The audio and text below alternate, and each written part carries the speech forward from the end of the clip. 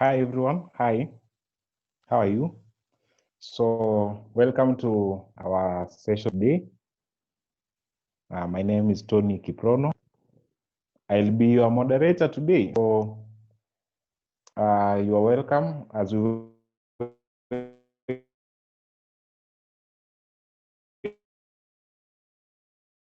for the other speaker to join in. We'll just wait for 2 minutes, then we'll start. Yeah. Yeah, but on your screen, you can be able to see the poster that has been circulating about our Ryculture bonfire chats. And our topic today is about teenage pregnancies, our role as the youth. So what comes to mind when you think of such a topic? I know you have started thinking about a number of things with the recently seen spike of teenage pregnancies. So we look forward to an interactive session. Okay, so our speaker is in. So thank you so much for joining. We can now start right away. I will ask the host maybe to help now share the screen. Okay, the screen is being shared. So we can go to the next slide. Okay, so about Ryculture. Now, because Ryculture is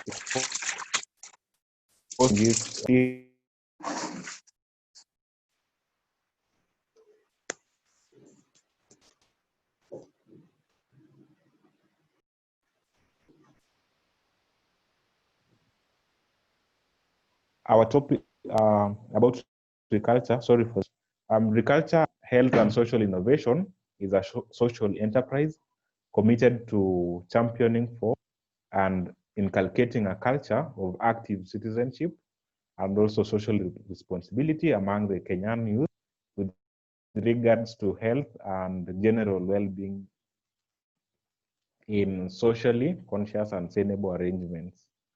We are creating a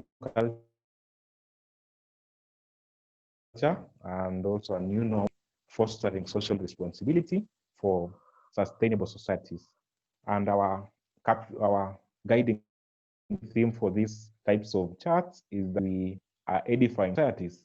For more information, maybe you can check our social media platforms, Culture Health, all through from LinkedIn, Facebook, Instagram, Twitter, so on. To the next slide, please.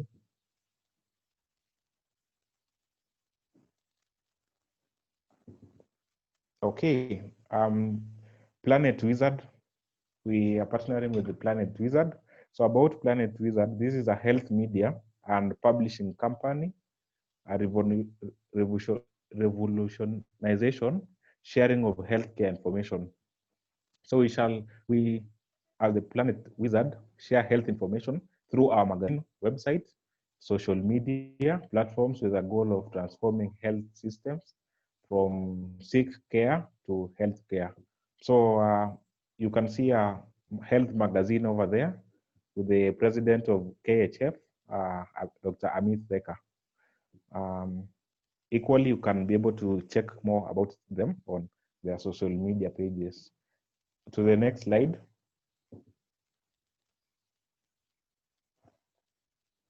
Yeah, the panelists today. We have a robust panelist today, a diverse and dynamic too, and I will be the moderator for a session today. My name is Tony Kiprono, and I'm a medical student at JKUAT, Jomo Kenyatta, University of Agriculture and Technology, and I equally serve at a number of places, including, yeah, we will now to the next slide to introduce our panelists. Okay, first panelist is Faith Mwende. So Faith, she's a program development and advocacy manager at AHF, that is AIDS Healthcare Foundation, Kenya. Yeah, the second speaker is, to the next slide, is Mr. Otobo D. David Dali, who is the founder of Nigerian Healthcare Student Summit and Reproductive, and also the founder of Reproductive Education for Nigerian Adolescents and Teenagers, RENEDS. Our third speaker is Mr. Andrew Githira. So Andrew is a equally a student at Kenyatta University, and he is also a sexual reproductive health advocate and also volunteer at RESPEKT. Yeah, so that's it about the introduction to our panelists today. So we will now dive into the main topic discussion of today. So a bit of background on now the bonfire charts and why we are having the discussion today is about the young people that are affected. Young people actually affected by a lot of challenges spanning from economic, social, health, and personal development. And on the backdrop of this, we have witnessed a surge in the social indicators of the toll of these challenges on the youth through the surge of teen pregnancies. So teen pregnancies is a major challenge for our countries as they deprive our girls an opportunity to further their education and attain their career goals. It also exposes them to major health risks. And in order for us to address these challenges decisively, it is important that evidence plays a central role in determining interventions to stamp out the problem from its root cause and to find out and to turn the tide and protect our young girls. This is there is an urgent need to address this, and that's why we bring you a robust panelist that will guide us on the topic of today. So the bonfire charts, this is a discussion series for youth, by the youth, by a common desire to establish and foster support systems for each other. In doing so, participants hope to evoke, enlighten, and engage each other in creating sustainable communities.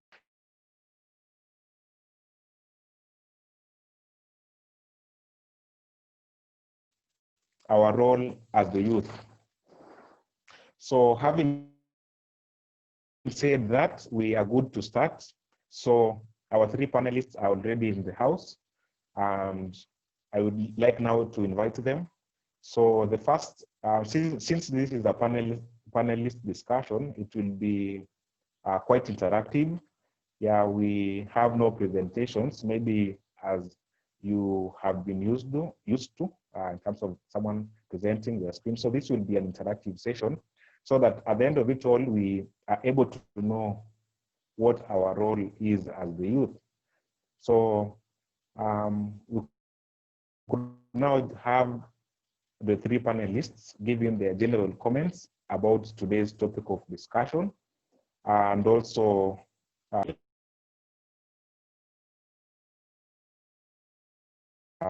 few things that maybe you would have left.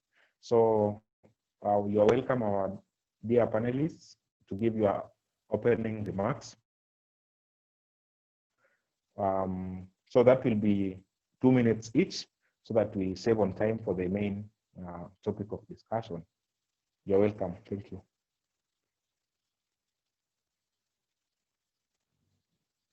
Yeah, we'll start with Mr. Daniel Otobo.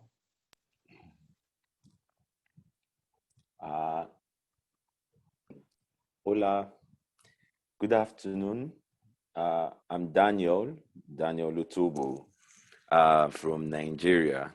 Now, concerning the topic for today, it's actually a very interesting topic and very important too, basically because it's a major problem we face in Africa. The RESPEKT group just completed a 10-day series, and teenage pregnancies was amongst it. And I was able to find out that it wasn't just an issue in Nigeria, it was also an issue in Kenya. In fact, I found out there are villages where the teenagers walk proudly pregnant around. You know, it was interesting. And just yesterday evening, a 12-year-old lady was 4 months pregnant, impregnated by her father. So you see, the teenage pregnancies have dimensions, from bad peer groups to incest to rape, and it's all of them are pathetic, and all of them still leads to a endangered age, being pregnant. So I feel it's important that we as interested stakeholders and health practitioners in this field understand that we have a role to play in prevention rather than solving the solutions of a teenage pregnant girl developing health conditions like eclampsia to death and neonatal malformations. So I'm actually very interested in learning and impacting on ways to combat teenage pregnancies in Africa. Thank you so much. Okay, thank you so much, Mr. Otobo. We'll now have Andrew, then Faith. Hi everyone. I think it's a good evening that we're having this conversation here. Thank you, Ryculture and Tony, for inviting us to have a chat around teenage pregnancy.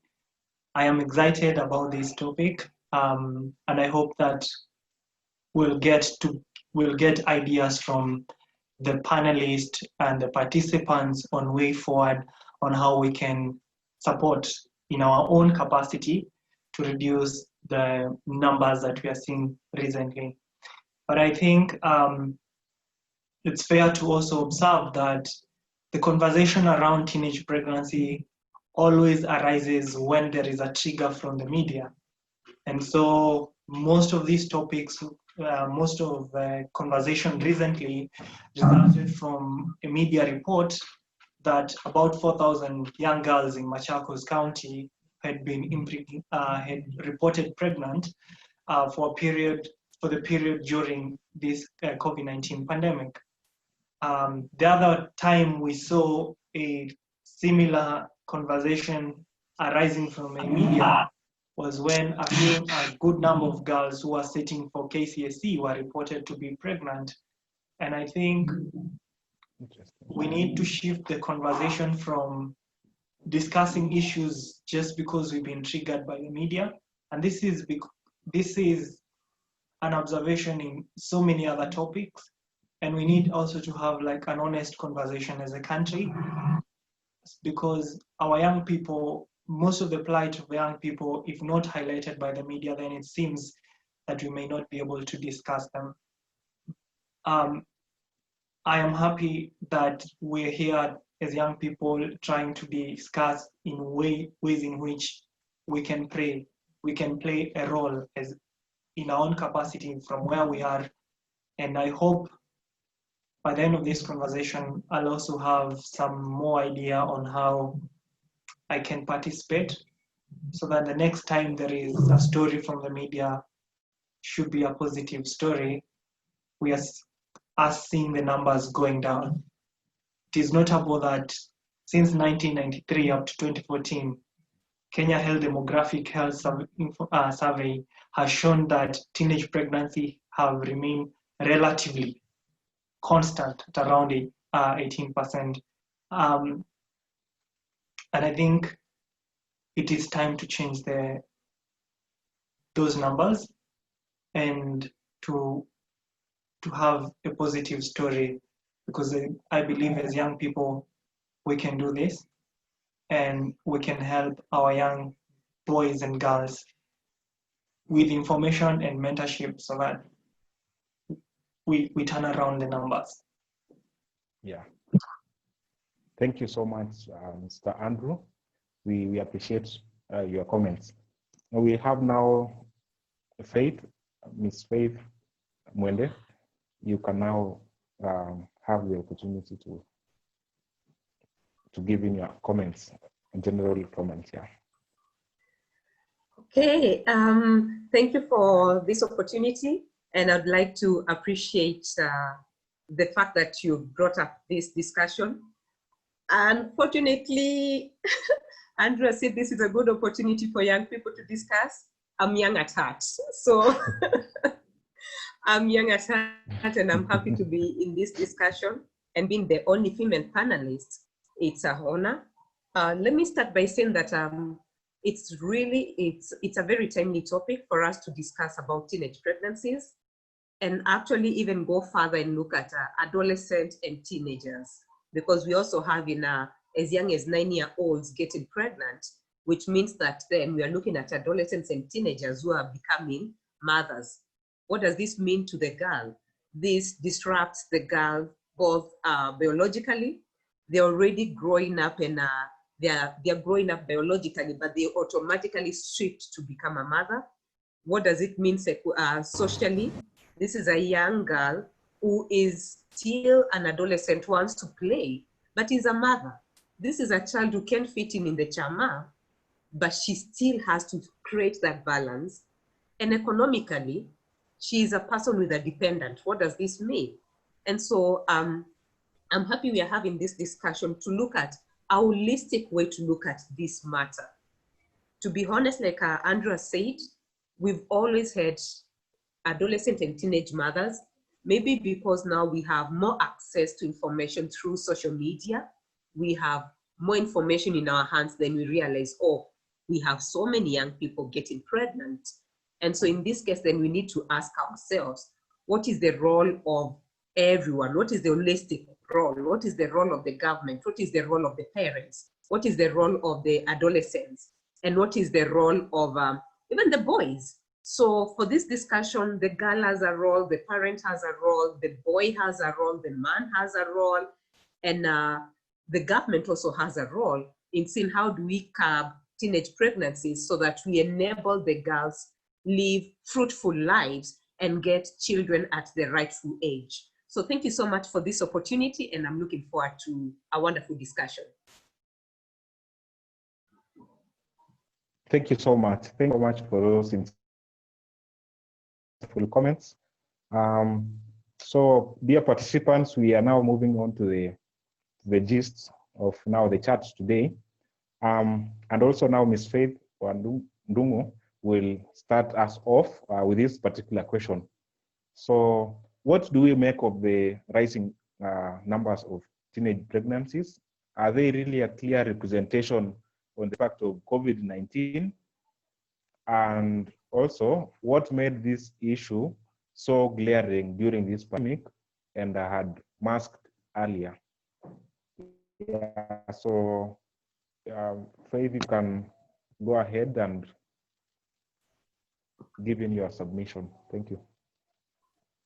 Thank you for that question. And just to pick this discussion up, I'd like to pick again from what Andrew has said, and I'd also mentioned, is that over the years, we've always had reports of teenage pregnancies. When you look at the Kenya Demographic Survey 2014, the indication is that 1 in every 5 girls is either a mother or is pregnant by the age of 19. So what does this mean? It means that this has been an issue which is within us, but for this particular case is because we got the story coming out. When you look at the situation in Kenya, every year during KCPE, we find girls delivering. Reality of the matter is that these are young girls who become pregnant during the school term and eventually get the babies when they're still in school. And so I would say that the numbers may not have increased. However, the information is out here. Again, when you look at research has shown that keeping girls in school then delays their age of sexual debut.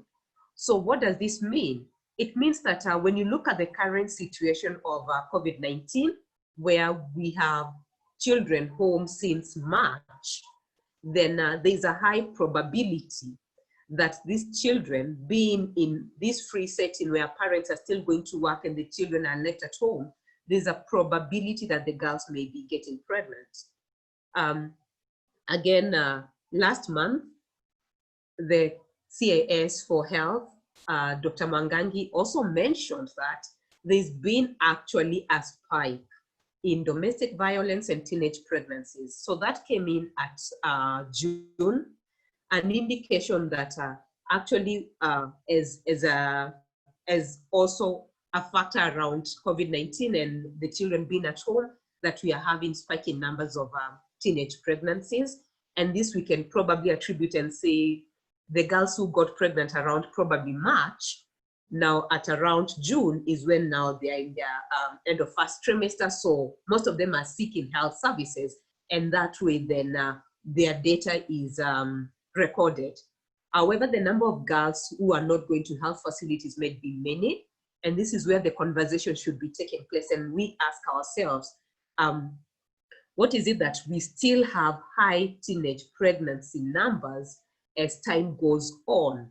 And the fact that we are having a crisis which is destabilizing many people with a lot of uncertainties. So what can we do so that we still safeguard our young people? And especially remember that we are not just looking at the girl in isolation. We are looking at the girl, we are looking at the boy, and also looking at men who might be perpetrators, because some of the girls who are pregnant might be as a result of abuse.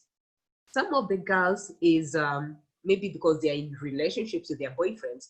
And some of the teenage mothers may be at the age of 19. And when you look at the Kenyan scenario, the age of sexual consent in Kenya is age of 18. So the 19-year-old is deemed as an adult in the Kenyan scenario. So those are aspects we might need to have a discussion around and ask ourselves, what are the factors behind this?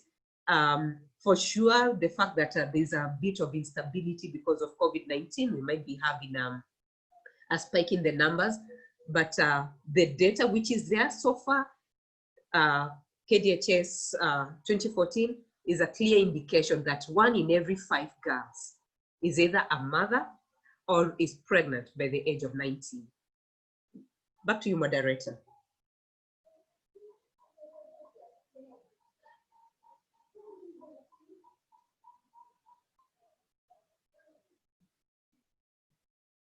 Thank you much for this insight. So clearly, the numbers have been there, only that maybe they have been brought up during this pandemic, also because of the media. So this calls for young people to take the lead and drive action in their communities and also globally. And this is in line with the theme for the International Youth Day, which is set to happen on the 12th of August, 2020, this year, that is. So what is the role of a young person in averting this scourge in society? Yeah, so what is our role now as the youth to salvaging this situation? So I will have now Mr. Andrew to come in, since he has an experience about this, so he will take. Thank you.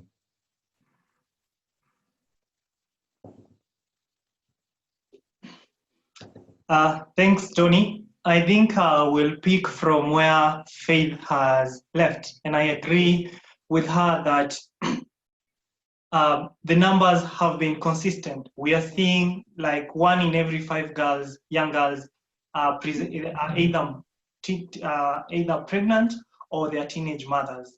So, or which can be translated to 2 in every 10 girls. But I also want, I was looking at the data. This is after the media highlighted the case of Machakos, and the population, the general population could be having an impression that Machakos is the hardest hit county in the country in terms of teenage pregnancy, which is not true. We have counties which have recorded very high numbers of teenage pregnancy. These include Nairobi, with almost 12,000 girls reported pregnant for the same period that was recorded for Machakos. Machakos is even doing better compared to Kisumu, compared to Nakuru, compared to Kiambu. These are counties that are recording very, very high numbers of teenage pregnancy. And when you look at the data, because the media has tried to show us like the numbers are going high because of the COVID-19 pandemic, but that could not be entirely true, because if you compare the data that we have for 2019 and 2020, for the same period of time, in this 2020, we have about 155,000 girls who have been reported pregnant. For the same period in 2019, we had 175,000 girls. If you look at the counties, county-wise, the numbers that we are seeing in Machakos are lower compared to what was reported in 2019.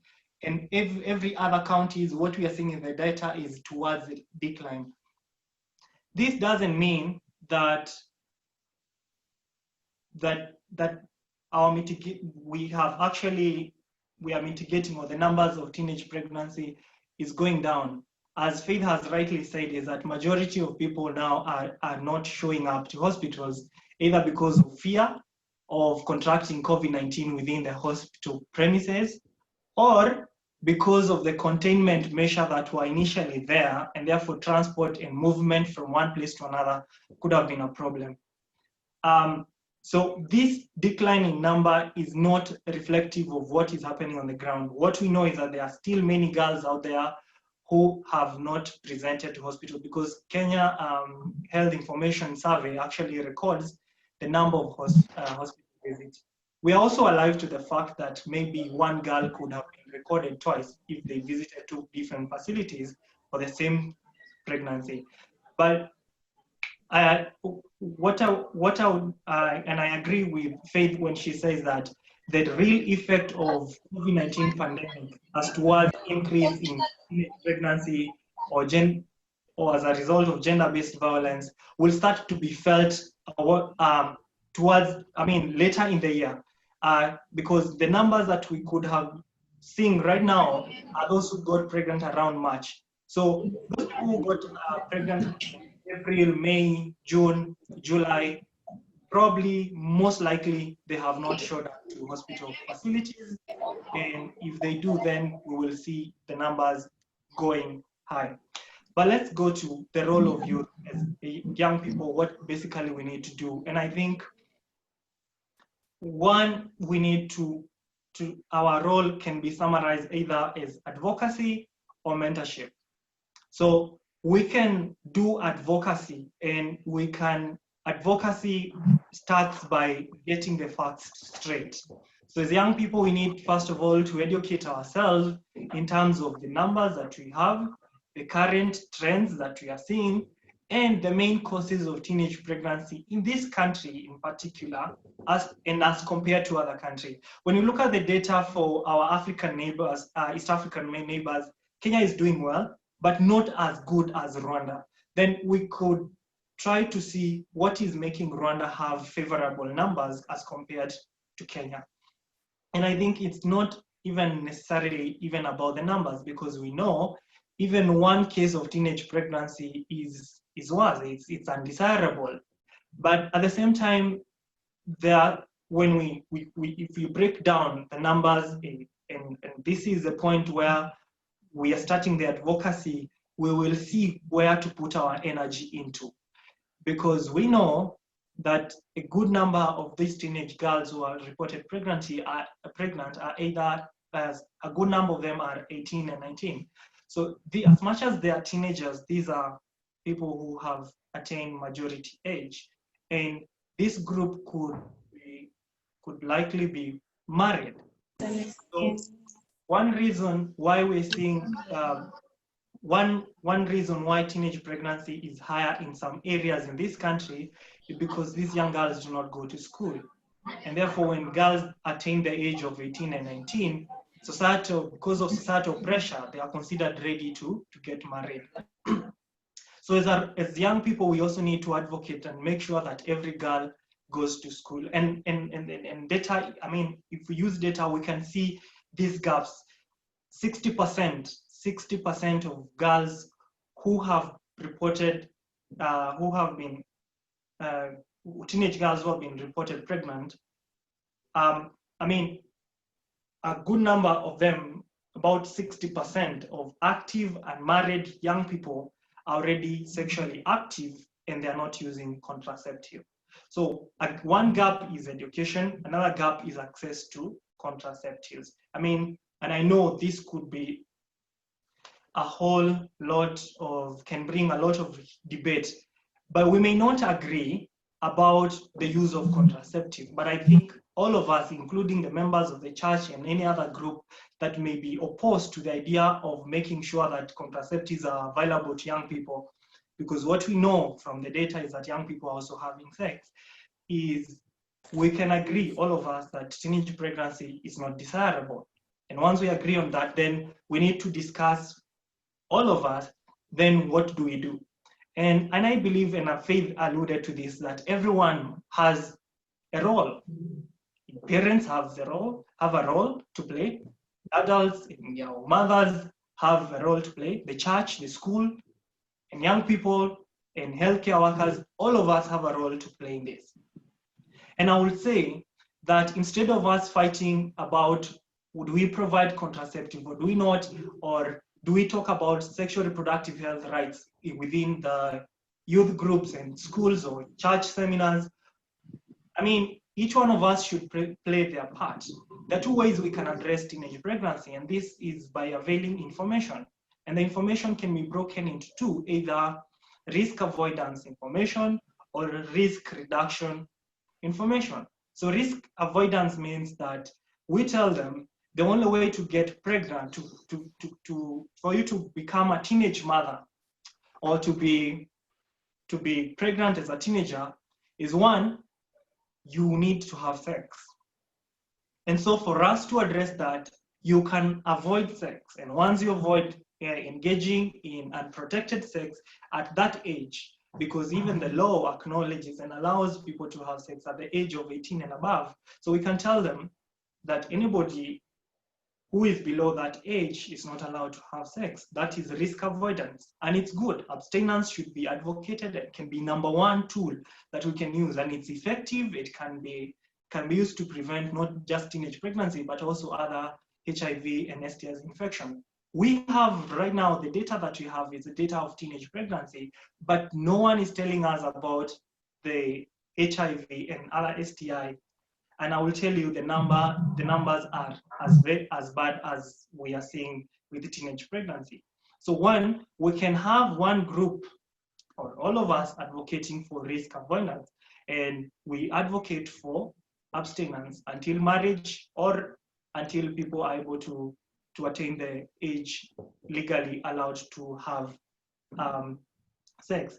But at the same time, we need to acknowledge that not everybody will actually do that. Not every young person will take abstinence as the only tool to protect themselves.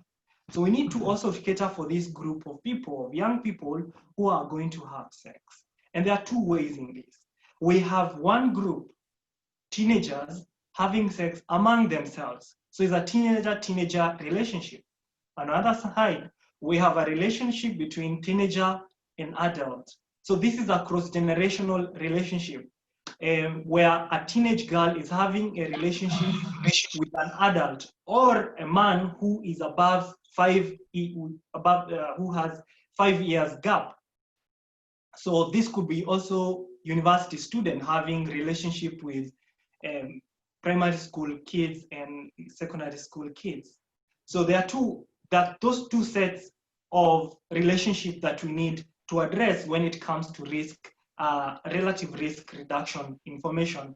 And this is where us as young people, we can get in to provide this information because it will not be available in so many avenues. One of it is that we need to tell them that the choice of partner is very important. The data has shown us that the relationship between teenager to teenager, they have lower cases of teenage pregnancy as compared to a teenager and an adult. So a cross-generational relationship is likely to result to pregnancy as compared to teenager-teenager relationship. So one way we need to address and tell these young people is that the choice of partner is very important, and we need to tell them that they are safer with their teenagers as compared with what you call sugar daddy. And we are doing this alive to the fact that the reason why young girls could be pushed to a cross-generational relationship could run from, it's a complex web, and could run from from economic survival, where a girl is involved in this kind of relationship. And I think, Tony, you alluded to these, where sex, where we are seeing headlines like sex for pad, sex for food. And this just shows that there is on one spectrum, one side of the spectrum, we're seeing girls getting involved in cross-generational relationship because of economic survival. They want to get money for food, they want to get money for pads. But at the same time, on the other side of the spectrum, we're seeing girls involved in this kind of relationship because of the desire for material and possession. So you could get a girl preferring an older partner because they're able to provide and buy them a latest mobile phone as compared to their fellow teenager who is a classmate who may not be able to buy them a mobile phone or pay for a trip over the weekend. So as much as we are going to talk to them about the dangers of cross-generational relationship and the choice of partner, we are alive to those two facts. So we can address, and as we've already touched on that, is that we have seen education as a determinant, that majority of young girls who have attained basic education are using contraceptives, and therefore they are avoiding getting pregnant. We are seeing the choice of partner as an important tool, but and we've already said that if we are going to give this information, risk avoidance has been done, and it's being done by so many other groups. Our role as young people is to also come in and provide a relative risk reduction, so that when these young girls decide and young boys decide to have sex, then they know where on what ways to reduce their risk. So one we said is choice of partner, very important. Number two, we've talked about access to contraceptive. We need to, as young people, we need to make sure that these contraceptives are available. And when we say this, people feel like we are going to schools and provide contraceptive to young girls. No, we're going to put contraceptives in places where they are accessible if needed by young people. What we know is that emergency contraceptive can be a very, can be the game changer, because sometimes these young girls only realize that they are going to get pregnant, and at that point, they don't know what to do. And when we're going to give this information as young people to these young girls, we need to tell them that if you need to use emergency contraceptive after unprotected sex, it is important that you seek this pill within 72 hours. This information should be there so that we do not see a girl who has been forced into sex, goes and stays home for 1 week, and that is, after 1 week, that is the point they are presenting to hospital, either because, you know, for so many other reasons. They should be aware of that time frame, and in that case, in that situation, then we are able to arrest the pregnancy within 72 hours. But the question that would come into anybody's mind is that we want to provide this kind of information, and both risk avoidance and relative risk reduction. Where do we do this? Because under this COVID-19 pandemic, then there is a whole challenge. But then we have tools that we can utilize to make sure that this information gets to these young people, because we cannot wait for the pandemic to end for us to act. We need to act now. And so what we have been doing with my friends from RESPEKT is that every time we have an opportunity to meet young girls, we take it, and we will go meet them following all the COVID-19 protection protocol laid down by the government. So we'll have our masks on, we'll maintain social distance, but we'll make sure we talk to these young girls because they need this information. And why we as young people need to provide this information is because data has shown that for the greatest health impact, we need to combine both, the behavior, the behavior of young people when it comes to sexual and reproductive health is more elastic on intrinsic margin as compared to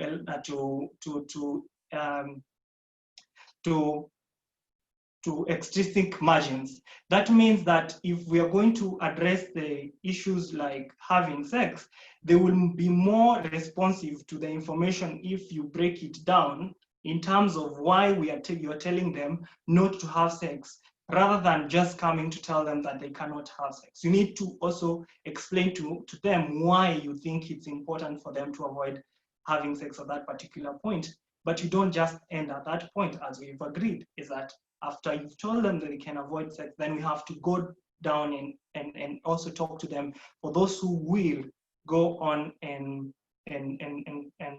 continue to have sex. Then how can they make that sexual activity safe? Then we talked about selection of partner. They can use a protection that is male and female condoms. Then if that doesn't happen, then we talk to them about emergency contraceptives. And we also tell them if that doesn't work and they're having regular sex, then we tell them about regular methods of contraceptives. And there are many. And the National Adolescent Package of Care is very clear. It has listed the number of the types of family planning that are good for adolescents. That is a national government from Ministry of Health saying which methods are safe and are good for adolescents. And all these options should be availed to young people so that we do not just stop from the point we are just telling them they cannot have sex. So one way of passing this information, we said, one is doing physical meeting, following all social COVID-19 protection prevention protocol. Two, you can arrange to have a WhatsApp chat with these young people. They have WhatsApp chat for their youth groups in the community, for their church in their community. You can decide to have a chat with them. You can do direct phone call conversation with them. And this has been applied by other organizations like Equity Group Foundation. It's doing really good job by calling these young people directly on their mobile phone.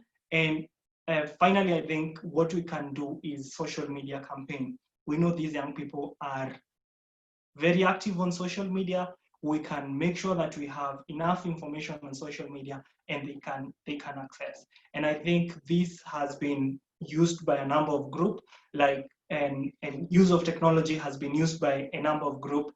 Like in Nairobi, we have one platform called Nena na Binti, and this means that any young girl finds themselves in a position that they need to ask a question about their sexual reproductive health, or they need to ask where they can get some certain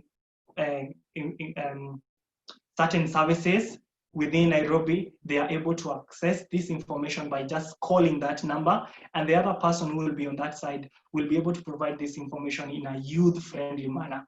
Because I think, and this has been noted by so many other people, is that what is also making young girls not to access these emergency pills is because the chemists and pharmacies where they are supposed to buy these pills, there is one barrier, financial barrier. They may not be able to afford the 100, 200 bob required to get this pill.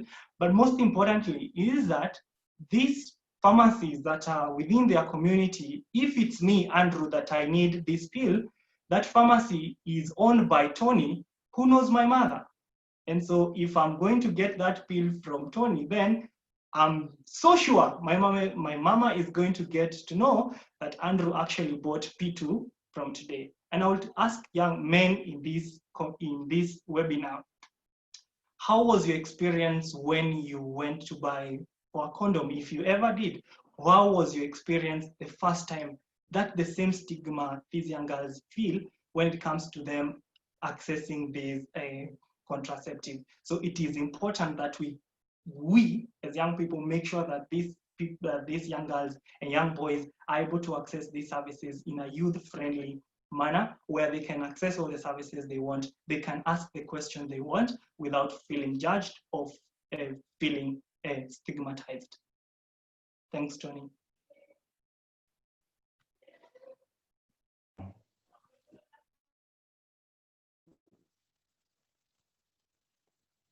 Thank you very much, Mr. Andrew. That has been so elaborate, and I know quite a number of us are now having questions.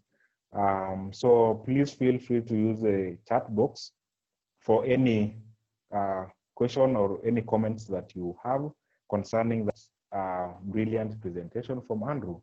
So Andrew is from RESPEKT, and I recognize the presence of Bidian. So Bidian, you acknowledge that we are with you here today. So as a follow-up to now the question that I had asked Andrew, I will ask this to our next panelist, Mr. Otobo. Are the youth empowered and enabled to act in ending the teen pregnancies? Yeah, so Mr. Otobo, you can take up that question and in a summarized way so that because I know there are a lot of questions, so yeah, we'll consider. Thank you. I'm sorry, please take the question again. You're welcome, sir. Okay. Good evening. Okay, the question is now, okay, after we have seen the role of the youth, are the youth empowered and enabled to act in ending the teen pregnancies? Thank you. Are the youths empowered? But the youths are not particularly empowered because there is a trend in Africa where knowledge is only limited to a particular group of people. And hence, our youths basically that are empowered are either health workers or fortunate to be among health students that do advocacies, because you don't hear much about contraceptive talks on our television. I know for starters, when HIV came to Africa, our media station would advertise about condoms, especially the condom they called Golden Cycle. I don't know if it's in Kenya now, but after a while they stopped advertising it. And one day I had to ask my mom, what is that? What is this Golden Cycle they keep talking about? No, before my mom, I asked my aunt, and my aunt said, oh no, it's a type of tablet for adults. It's a type of drug for adults, and just left it there. And then one day they did the advert again about Golden Cycle, and I asked my mom, what is this tablet for adults? And I said, who told you it's a tablet? That's condom. It's actually used by adults. When you're old enough, I'll tell you what it's used for. So are the youth empowered? The truth is, we are not, because the African perspective does a lot to shield the youths away from the required knowledge they are meant to have, starting from religion. that strictly keeps it on abstinence and tries not to move away from there in any form. And once you've moved away, you're a sinner. You don't come near religion to impurify the others. You know, if you are caught having sex in school, you're expelled. The reason you're expelled, my principal once told me, so that you don't influence others, because you are now a bad egg. And then we have parents who sees sex education as early introduction to sexual life. And then you also have your friends, peer pressure, that would be telling you about their exploits. So let's look at the positives and the negatives. The positive is what is supporting youth not to be empowered. The positive is parents are shielding their children away from sex education, and hence these children grow into teenage ages being naive. And then you have religion keeping them only on abstinence. And then once they even, if they had like a sexual or two experience, they don't have anyone to talk to it about. They don't have their parents to talk to, and they don't have their religious leaders to talk to. Now, these are the positive ones not supporting youth empowerment. And then what is the negative? The negative is basically bad friends. Now, your friends are not telling you about the dangers of teenage pregnancies. Your friends are not telling you about the dangers of unprotected sex. No, your friends are actually telling you about their exploits. They are telling you about how they got this car from this sugar daddy. Your friends are telling you about how they traveled around a particular site with their boyfriends, this. So you are actually getting a lot of energy coming into you.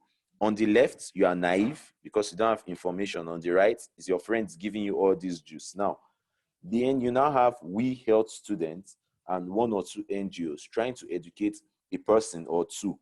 And hence, you now find out that we're effectively only able to reach a minute percentage of those who need this information. We realize that there are three basic pressures that push youths and teenagers into sex generally. Let me not say unprotected sex, into sex. Basically, social pressures, that is pressures from friends. The second one is economic pressure. You like tit for tat, pads, money, iPhones, and the rest of it. And the third is peer pressure. Now, and social pressure, basically, I can also classify illiteracy under there. So youths would have to meet people that would educate them. If you want to have sex, do it in a protected manner. But how many Africans are willing to say that?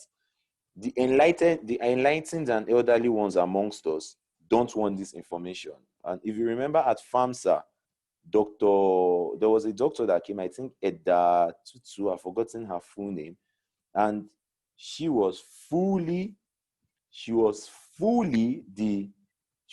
against anything SRHR. You see, she called some of the speakers murderers. Now, youths who actually go to this lady now to ask her for sexual advice, or let me say ladies like Dr. Edda to ask her for sexual advice, will get more of reproach, Don't do this, it's a sin. Don't do that, it's a sin. And they'll be reproached, and then they'll feel discouraged from meeting other health professionals. So I would say our youths are not fully empowered. However, we need to improve on our aspect of empowerment as SRHR advocates. And to do that, we need to be professional and not emotional or religious in our decisions when we're working with youth. We should realize that is a very, very restless age. And then we should also realize that most important of all, some of these youths are actually underinformed and they need information. And irrespective of the age of people, they need information, you see. And I'll round up by saying it is actually our duty and not the duty of the government to be our brother's keeper. Because day before yesterday, there were killings in Nigeria and someone hashtagged the government has failed us. There was corruption and someone hashtagged the government has failed us. Yesterday, when the news came out that a 12-year-old girl was impregnated by her father, after someone wrote about that case, the person under now also hashtagged the government has failed us. I believe we should stop blaming the government for everything And situations that can be avoided and controlled by us, we should take charge of it in empowering the youth. So no, the youths are not empowered. Thank you. Thank you so much, Mr. Otobo. Direct to, okay, I'm seeing people are typing in the chat box, so you are free to do so. Then we'll have a session at the end of it to answer your concerns. Now to Ms. Faith, there are calls for improved access to SRHR services have been there and are still there. So my question is, are these really working? And if not, how do we bridge the gap for sustainable progress in this front? Okay, thank you for this question. And just as a follow-up, I'd like to start from the point of what got us to the current situation we're in. What has led to the teenage pregnancies or teenage and adolescent pregnancies, which are increasing by the day? And I would say that we need to go back and look at the basics and start looking at the person not as an adolescent, but from earlier than that, because the foundations and the foundations, beliefs, and behavior is formed from an early age. And in this case, I'm bringing in the aspect of age-appropriate sexuality education and starting from a very young age. We've seen around some of the play songs like These Are My Private Parts, and that's a very wonderful opportunity to pick from, because when the teachers play with the children and they sing These Are My Private Parts, no one should touch them. So what conversation can we build up as families or as a society?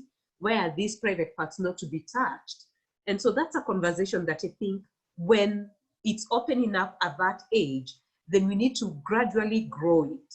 We saw the Tanzanian song and teachers about the Don't Itachi, and we share it on social media and we're excited about it.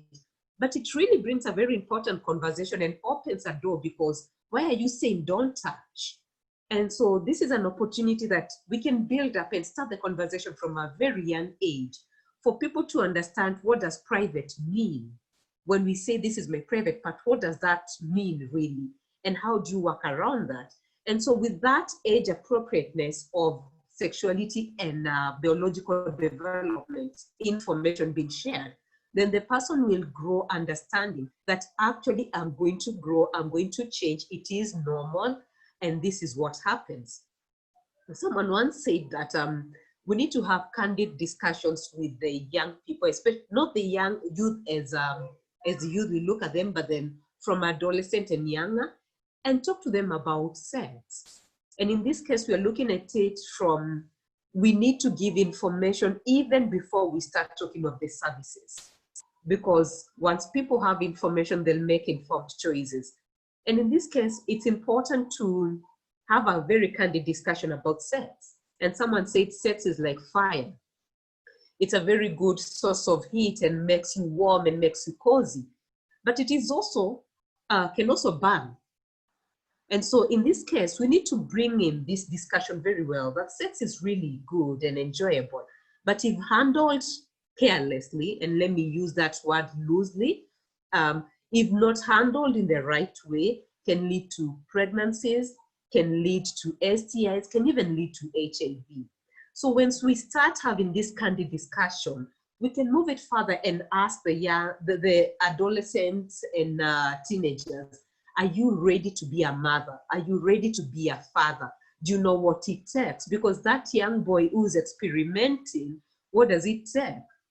And so once we have that discussion and grow it, as the teachers are growing this discussion because of the curriculum, we also grow this discussion from other aspects so that we have a holistic discussion, not because a teacher is going to mark, but we make it practical to the people to understand that this is my biology.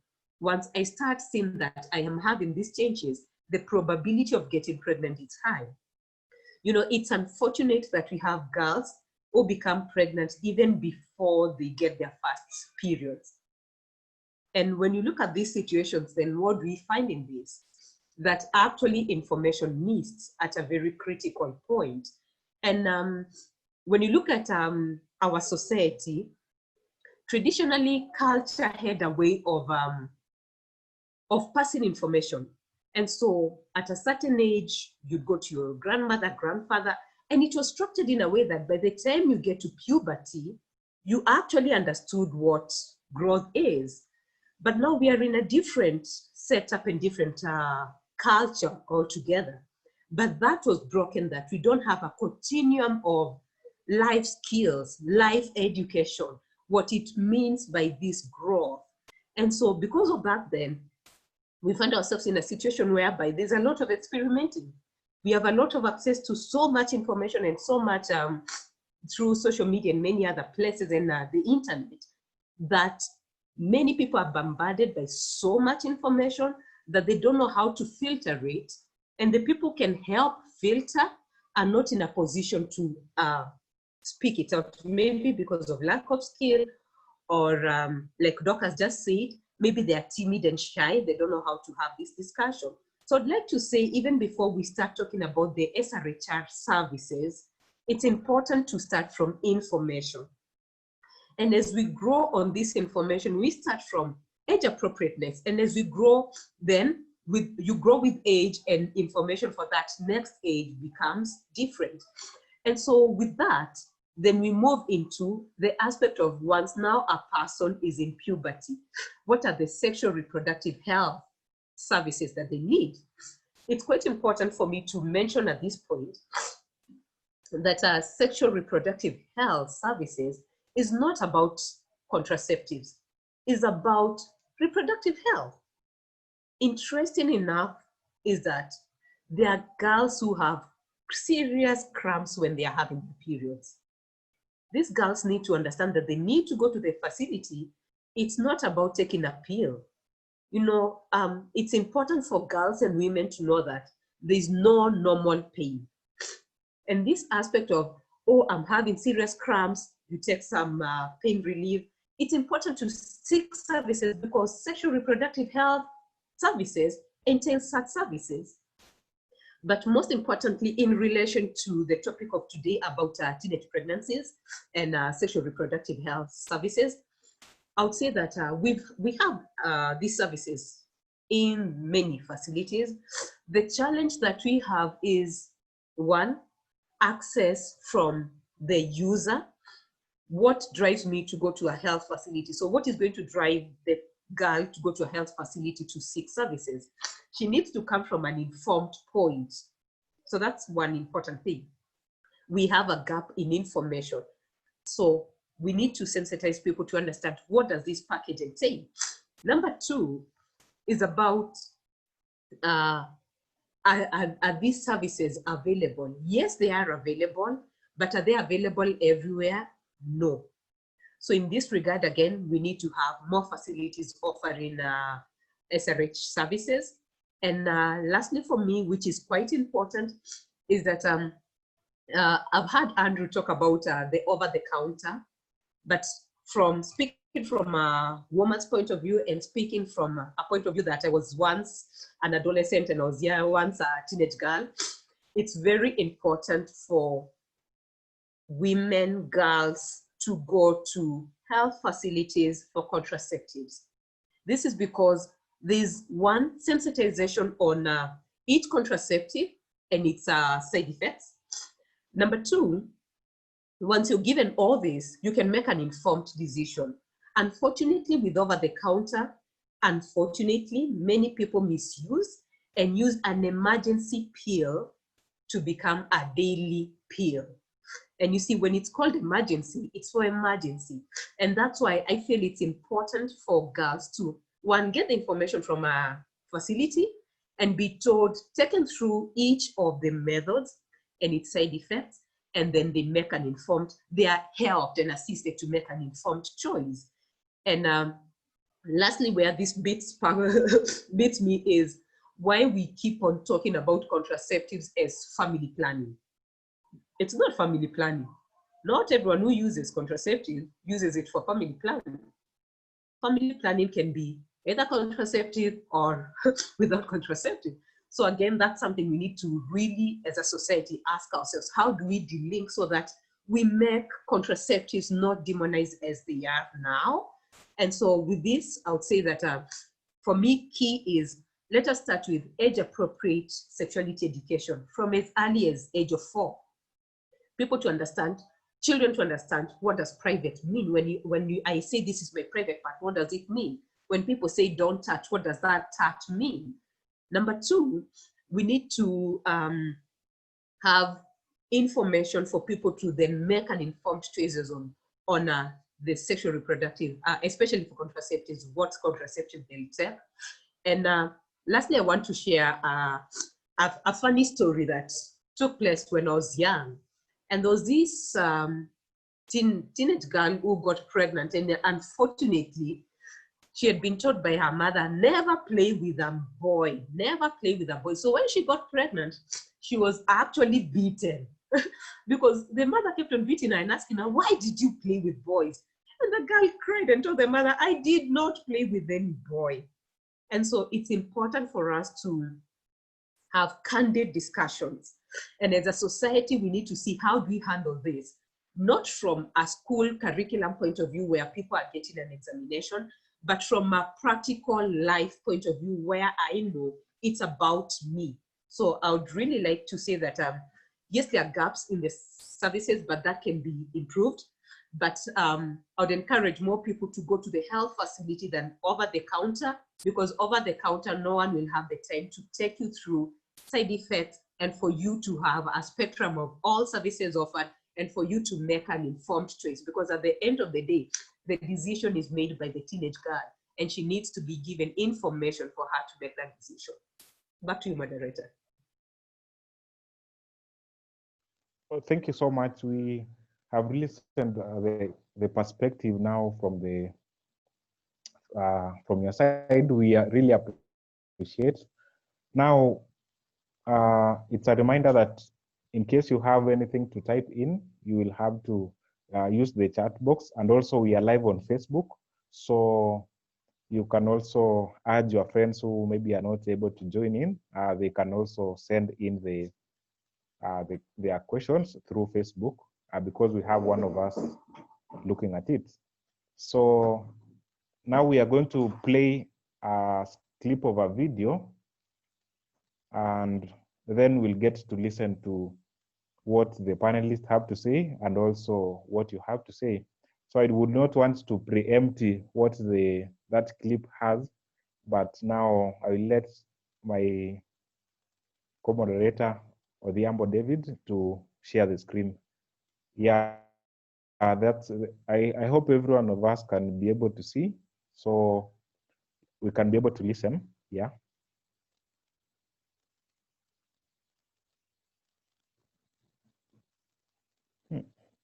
Can you all see the screen? Yes, we can. Perfect, thank you. Parental responsibility have been cited as the major reasons for a rise in teenage pregnancies, especially during this COVID-19 period. 30 girls from one location in Baringo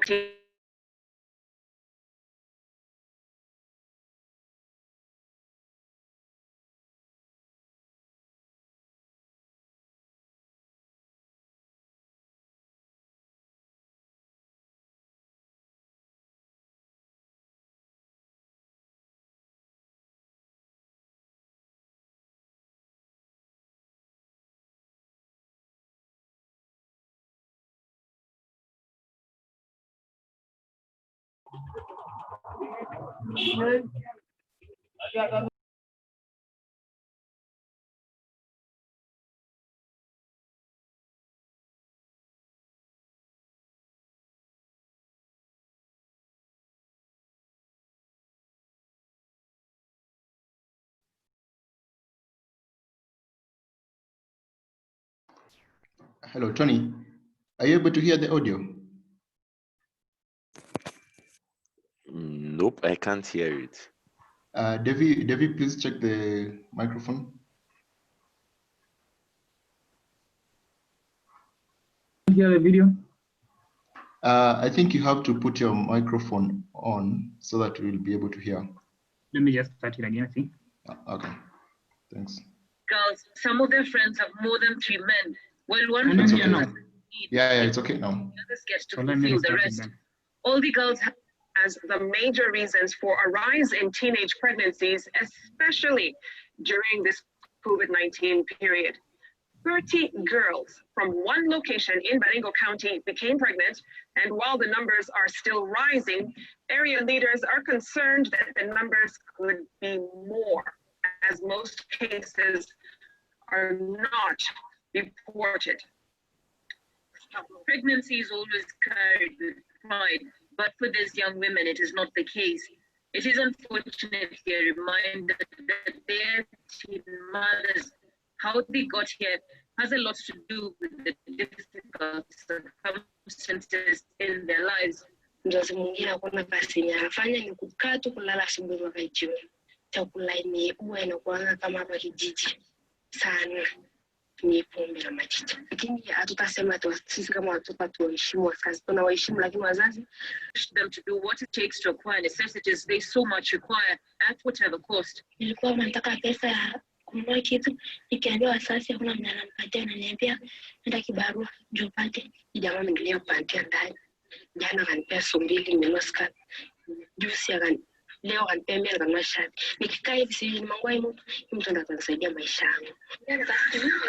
According to this underage girls, some of their friends have more than 3 men. While one fulfills a certain need, the others get to fulfill the rest. All the girls have to do is sexually engage with the men who are either boda riders, businessmen, and sometimes their fellow schoolmates.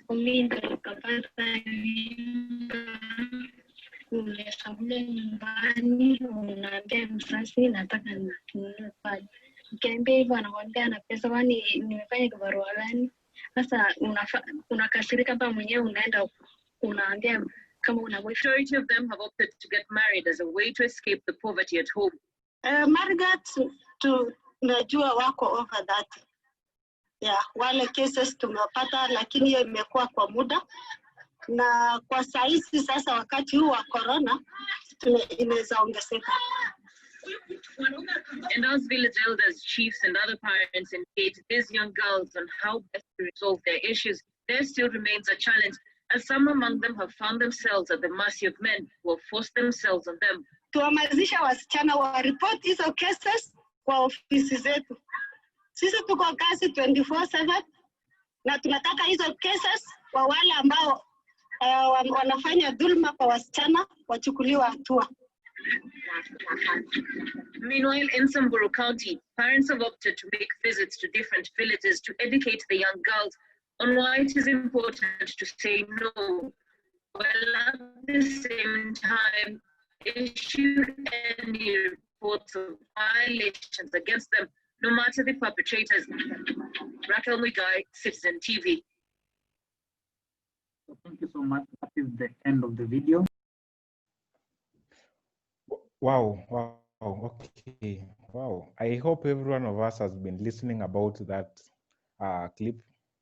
So basically it's about sex for pads, whereby people exchange their bodies in order to get money to afford the pads. Mr. Otobo, I hope you got some insight about it, because you know that they're speaking in Kiswahili, but I know you don't understand Kiswahili. But I hope you got a bit of what was mentioned. Yeah. So I'll have now the panelists to comment about it, and also specifically are the narratives on teen pregnancies like sound, e.g. the sex for pads, sex for food, and etc. Are they real? And maybe give also your reactions towards that, and how we can. Yeah, so this is the opportunity. We'll start with Faith. Yeah, we'll start with Faith, then Otobo, then Thank you, and that's a sad clip. The fact that the girls are speaking for themselves. So at this point, I can't dispute because it's coming from their mouths. So that is the reality they live in. But I would also like to add on and say that there are many factors that you can attribute to why girls are engaging in early sex. And one of the things I would say is, Otobo has, I think, mentioned some of this previously. So it's more or less like picking up from what he had also said. One of them is social factors. Social factors like peer pressure. You know, there's peer pressure where every other girl tells you I have a boyfriend and we are having sex, so you are the only one left out. And so that pushes many teenagers, both male, female. We also have around social factors, aspects around the Sponye narrative. Unfortunately, we live in an era where access to information is so high, both social media and internet. So people see girls who are doing very well and they say that my sponsor did this to me and my sponsor did that to me. And it's become almost a common discussion when a girl buys a new phone, everyone is asking like, funny, you have a Sponye. So because of the normalizing of the sponsor culture, you find that girls who are not there socially are pushed, peer pressure pushes them that they also want to have a Sponye so that they look in a certain way. And so that I would say is also a factor. I would say economic factors like what the girls mentioned. Yes, like sanitary towels and food are basic needs. And in this situation where you don't have food totally and you don't have a pad totally, then you can engage in anything to get a pad or even food. And that unfortunately has led to transactional sex and cross-generational sex. Because in most cases, the girls are younger and they go out with adult men who have some money. So they get the money and go and buy things. Would also say that as we talk about transactional sex and also for cross-generational sex, it's important for us to also understand where do we stand from the law. If an adult male is engaging in sex with a minor, then according to the law, doesn't matter if the girl agreed or not, then that is breaking the law. And that needs to be very clear. And I think this is a discussion we need to have so that adult men will be out of this discussion. Let's talk about a teenage and a teenage. But the moment we have an adult who is taking advantage of a minor, then that needs to be called as it is. That's defilement. And I would say again, unfortunately, because of these social factors, economic factors, we find that most of these girls become vulnerable. And because of that vulnerability, they might engage in sex for the exchange of either for them to be within, to fit within their peers, or for them to get the items that they needed. So unfortunately, it's a discussion we actually need to have candidly. We need, yes, social protection and social safety nets for girls, because, and this is what, unfortunately, with the COVID and stay at home has disrupted, because in most cases when the girls were in school, in a way they were cushioned, because there are programs which donate sanitary towels to girls when they're in school. So that aspect was kind of cushioned, but the fact that now we have this vulnerability, so those are factors we can look at. And yes, I'll agree, because we've seen it, we've heard about it. So as a society, we need to ask ourselves, what are the social protection and what are the social safety nets for the girls? But number two, we need to have candid discussions on the sponsor culture. And we also need to have candid discussion on cross-generational sex, especially adults engaging minors, because that is very clear that there's no middle ground. And above all that, it's very also important for us to discuss about the SRH services that these girls can get. And importantly, by the way, at this moment when girls are not going to school, we can actually use the same SRH or the youth-friendly centers to actually donate and distribute free pads for the girls. So they can come for services, including sanitary towels at the health facility. So at the end of the day, becomes holistically, it's the sexual reproductive health aspects looked at including provision of that sanitary towel, because surely from what they were saying, the ones we've seen in the clip, it's except for about 50 bob, 200 bob. Is that really worth for the girl to put herself in such level of a risk? So I would say that we can look at it holistically and see how we can support. And most importantly, again, is I think the empowerment of the girl to make informed choices so that she knows also within this peer group, this pressure is too extreme for me. I need to step back, because at times girls and young people make decisions because of the pressure, not because they want to. And later they come and regret the same pressure. And unfortunately, they fall into depression. Unfortunately, they start having mental health conditions. So these are things we need to look at holistically. And I would like to stop at that. Thank you so much, Faye, for those great insights. We'll now listen to what Mr. Otobo has to say. But then Andrew, then we'll have now the Q&A session. I see a lot of questions coming in. So Mr. Otobo, you have the opportunity. Please go ahead. Okay, I'm just going to rush up to the point. Mrs. Faith has basically highlighted a lot of the points I would have wanted to say, but I would like us to realize that they listed 3 classes of men: Buddha, rich men, and their boyfriends. And I would like to arrange this in a financial gradient from poorest to richest. The boyfriend is from a family and he has his dad providing everything. So for all I care, he's rich. So the Buddha is the poorest, followed by the boyfriend, followed by the rich man. Now, I have a very important question that I want us to meditate about. You know, I have a friend, a dear friend, and she says the only control usually she has against going to have sex is the fact that she's still a virgin. 1, the fear of losing her virginity since she's a Bible class teacher, and 2, she hears it's very painful. Or however, she's in the university now, you know. But there are times when, due to pressure of 1 or 2 things, I remember one time she said her boyfriend at the time, she thought he was leaving her because of sex, and so she just offered him her body. But the boyfriend said, no, I'm not leaving you, and we shouldn't have sex because we're not ready. And I have no doubt they are going to get married in future. Very wonderful people. Now, these girls are under different form of pressure, you know.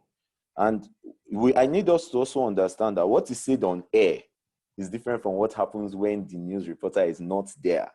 If you are in a plane and you look down, you see casts of brown and green and black. But when you come down, those green and black are skyscrapers and they are mountains.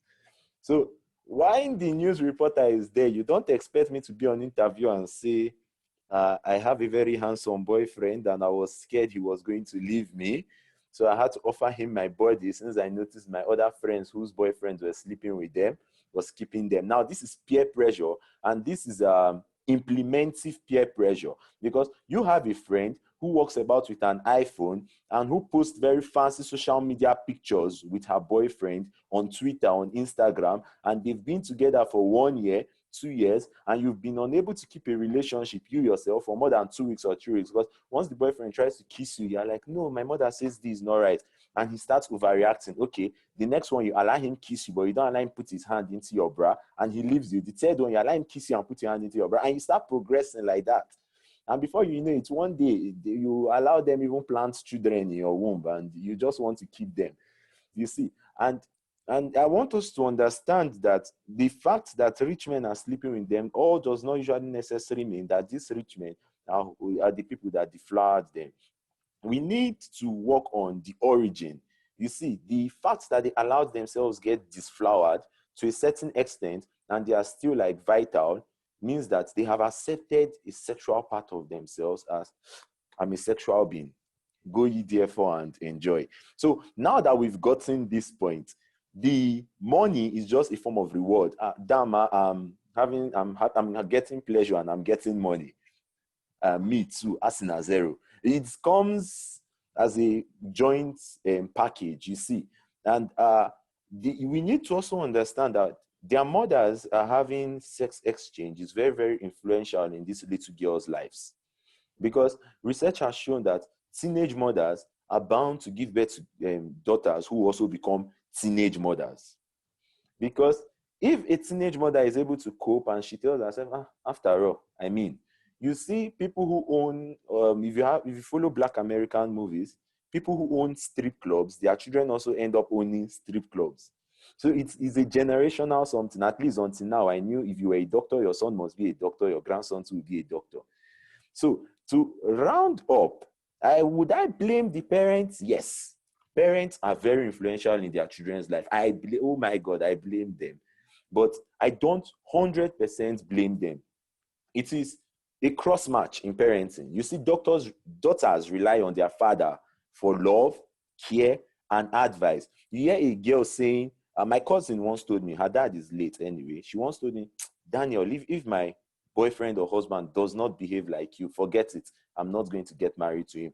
They always want to rely on someone. So daughters to fathers, sons to mothers. So I feel we should understand that as a man, if I have a daughter, I should make her as open to me as possible, because what a doctor cannot tell her father, she cannot tell anyone, and the privilege of that knowledge she's going to get is lost.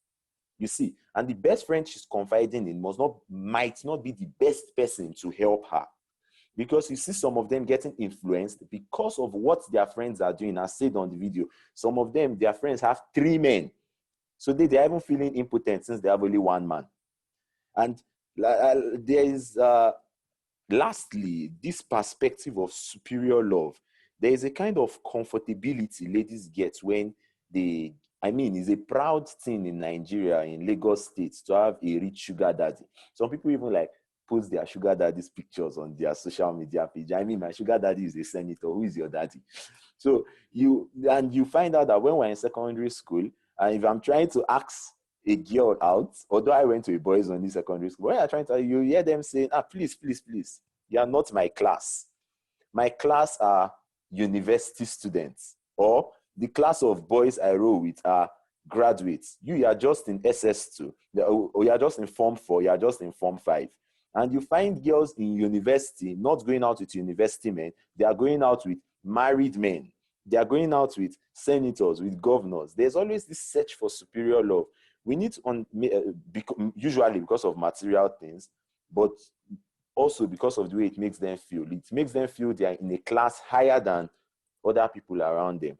So in combating teenage pregnancies, there is a lot of work to be done on the girl child, not just advocacy in giving them, if I need pad, take the pad so that you don't go and sleep with a man for the money. If I need a phone, take the phone so that you don't sleep with a man. No. It's all about their minds. So if you're not able to change the mentality that made them also go and allow a boyfriend have his way with them, if you're not able to change the mentality that makes them just have sex for variant pleasures and sleep with different men because their friends are doing it, if you're not able to change the mentality that makes them feel that the girl that is having sex in town is the girl in town, if you're not able to change this mentality, then we still have a long way to go. Because if we look at the charts, it's on an increase. And the social class of parents we are creating, we're moving from parents that discipline their children to parents that are very lenient with their children. Like, if in 20, 30 years ago, an African child would be very, very afraid to get pregnant while in secondary school. But now, a girl who her father has never disciplined her or never shouted at her will feel,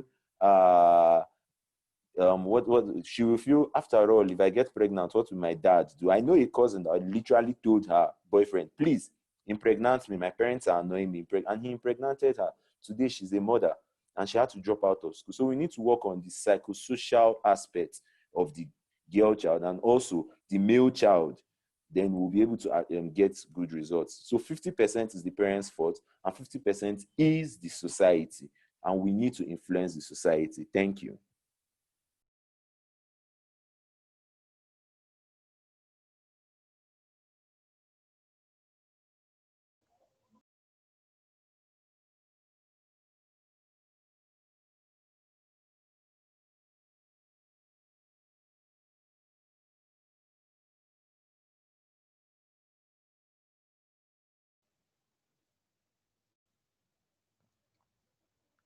Okay, thank you so much, Otobo. I really like how you bring out the points passionately, and also we've gotten to listen from the experience from Nigeria. So, okay, I will now proceed to Mr. Andrew to give us his insights about the clip. Welcome, Mr. Andrew.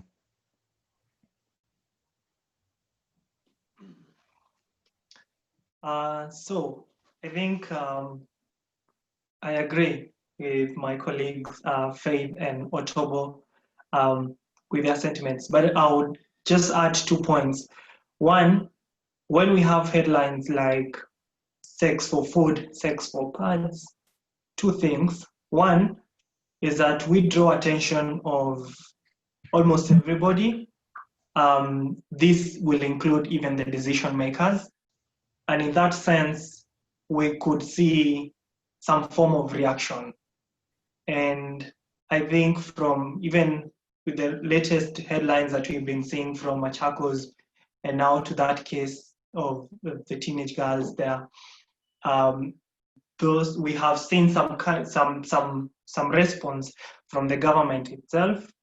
On that March, they launched a campaign to end teenage pregnancy here in Kenya.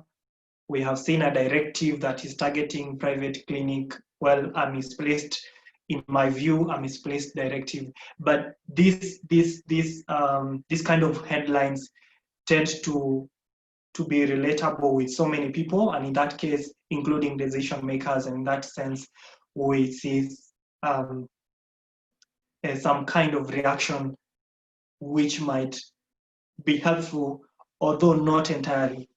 But on the same side, such kind of headlines also tend to be very, very simplistic. It's simplistic in some sense that tries to simplify a very complex situation into a simple idea. And someone would think that if you went to that community and provided free sanitary pads, then you've solved the entire crisis. And I mean, that is not entirely true, as we have heard from Daniel showing us other determinants and other factors that can force someone to get to that point, including the failure from the parent side, because they have great influence. And someone on chat box commented on how some parents would ask their daughters that, why are you missing this and you are a girl? You know, that kind of narrative actually pushes girls to, that kind actually puts some level of influence in the kind of choices this young girl is going to take. And at the same time, I think I have, in our course of interaction with the Respect and young girls, we've noted that there are some other ways in which society in low resource setting used to control their menstrual, used to take care of their menstrual hygiene. And this was before the advent of sanitary pads. I mean, we had some community using piece of cloth that is well washed and maintained, and they would have a number of them and they'd use these as sanitary towels. And really, if in such a low resource setting where pad is not accessible and we may not be able to donate to everyone, and as wait for government also to make these pads available, these are the options that we can provide, because there is a question of sustainability, and it's a very big question. Because if as young people decide to go and donate pads to that community, for how long will those pads last them, you know? So the question of sustainability is very important. And so that can push us to rewashable and reusable sanitary towels, menstrual cups, and other ways, including pieces of cloth, which were used in the past, you know, because the issue of pad is complex, and the question is actually sustainability.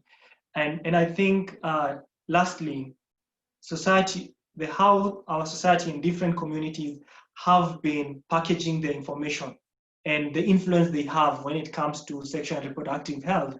And Faith shared a story of a mother who told this girl never play with boys. And there is a story that I know, and this mother was telling the girl that never show any boy your panty. So no boy should ever see your panty. And one day the mother noted that the girl was climbing a tree and the boys were under the tree. And the mother asked, "What did I tell you?" And the girl said, "I went up the tree, I climbed the tree, but I didn't have my panty on, so they didn't see it." So it's the kind, because it just shows how the sexual and reproductive health information is packaged in a very vague way that it's very difficult for these young girls sometimes to make this to make decision, because the kind of information they get is very vague. And finally, in some society and communities, when a girl attains some level of 18 years and 19 years, or some level of age, she's required to get married. And that is why my emphasis was that we need to champion that every young girl goes through primary and at least secondary school. Because at that time, then we are almost confident that they are at certain level, they can make sound judgment and sound decision about their own lives. And in this situation, we have seen young girls who have just finished class 8, who have just sat for KCSE, and they are, because of societal pressure, they are required to get married. And so when they get married, these are 17, 18, 19-year-old, and when they present to hospital, they contribute to the numbers that we are seeing of teenage pregnancy. As much as we know, these ones have already been married.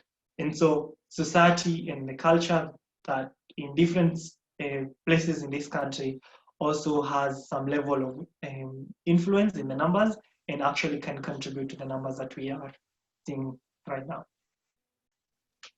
Thank you very much. Those are great insights from Mr. Andrew. So we had intended to finish the session at around 5:30, but well, again, today is a holiday, so I hope that you have no hurry, and it's also a Friday, so it's good to engage in such conversations to relax your mind, and also to gain deep insights from our panelists. So I will let Dr. David Odhiambo to help me read a few questions to our panelists. Then we can, like two questions, then we can pick one live question. So if you want to ask a question live, you will kindly raise your hand, then the host will unmute you. Dr. David, you can sample 2 questions because of time. Then we can pick one live question and we will call it a discussion. Thank you so much. So we have a question from Peter Mwangi. And the question is on how sustainable are the initiatives to ensure girls don't lack sanitary towels. I think this is aligned to the video that we've watched. So maybe Andrew and Faith, being you are within the Kenyan context, you could give us an insight on how do we ensure they never lack them, because these are some of the contributing factors. And then any other person who has a question, you can type them on the chat box. Thank you. Okay, Andrew, can I go first? Yes, go ahead.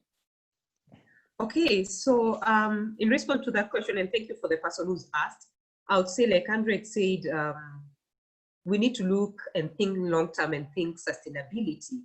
And so in this case, there are many factors to look at. One of the factors is the cost. We need affordable sanitary towels. Number 2, we also need to think through, because yes, there are girls who honestly need donations.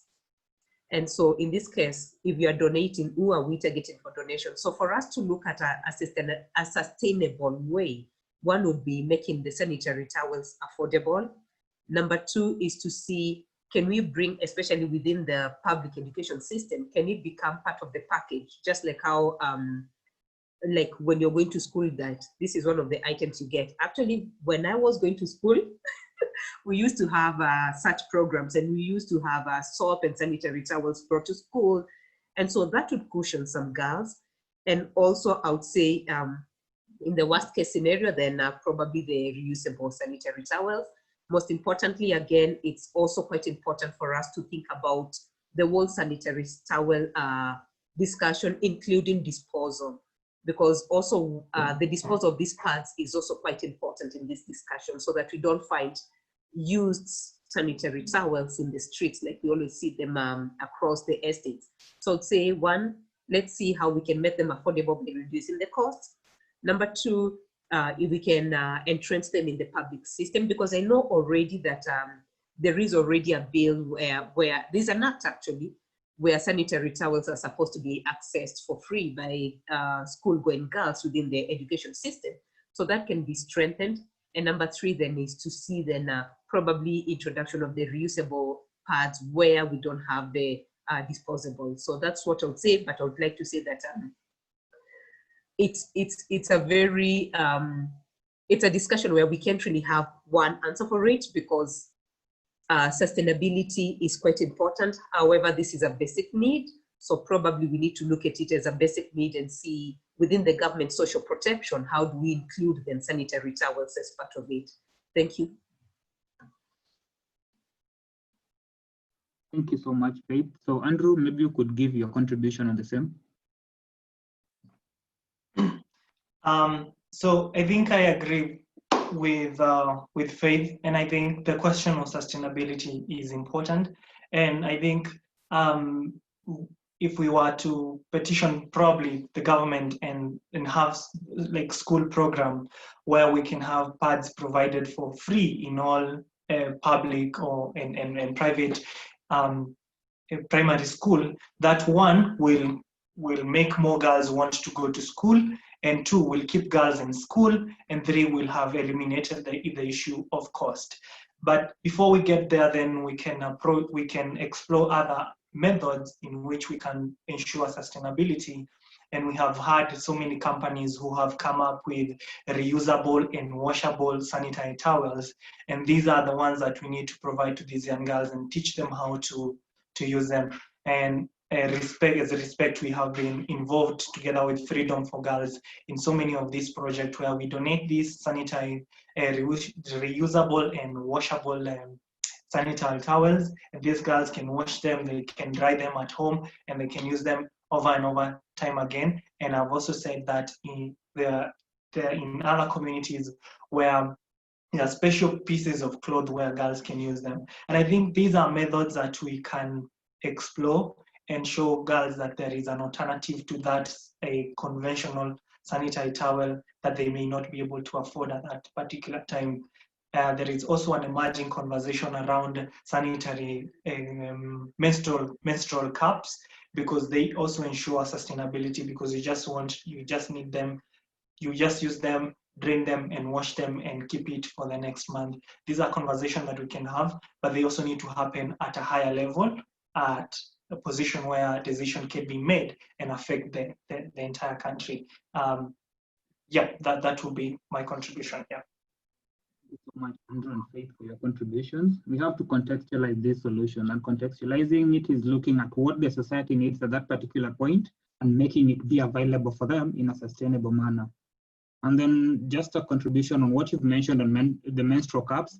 They are ideal, they are good, and we need them. And what we could look at as well is in terms of, if we create the need for them, looking at them as sustainable from the community-based level, then even the policy makers can adopt that measure. So I think that's something that we can look at. Then Lukomo Bongo asked a question, because for Kenyans, I know we have been in schools where high schools, majorly for the men, we've had food that was being laced with kerosene, and they were claimed that it had a way of reducing libido. So there's a question on that. Maybe Otobo, you said you have an idea on it, you can share with us. Hello. If you look back in time, when the Sadducees and the Pharisees tried to kill the Christians, they ended up making the Christians spread more. And when people tried to kill the Muslims, Islam became diverse, you know, and Constantinople was now changed to Istanbul, which is now an Islamic state. Now, what am I trying to say? It is very, very ironic. However, research has shown that kerosene actually increases the testosterone level. They usually put the kerosene in two forms, little and high kerosene. Now, the little level of kerosene increases the testosterone level to up to about 66% times its normal level. And when you now put too much kerosene, you increase the testosterone level beyond 75% of the testosterone normal level. On the discussion chat, I have sent some links to some researches, and you now find out that when schools actually started practicing this kerosene in food method, what did we notice? We noticed an increase in the sexually transmitted infection rates in Kenya. So hence, it was now synonymous with increase in sex libido. And whether they were giving it to boys, when these boys finish eating and you finish, you know, expanding their energy level and their drive to want to release the energy, these boys now go into the streets and start what? Distributing whatever they carry in themselves. We should realize that the burden of sexually transmitted infection is carried by girls, because the chance of a boy contacting an STI is about 10% per intercourse, and the chance of a girl contacting that same STI per intercourse, whether it's a complete intercourse or partial, is about 90%. So you put kerosene in these people's food because someone said that you heard they said.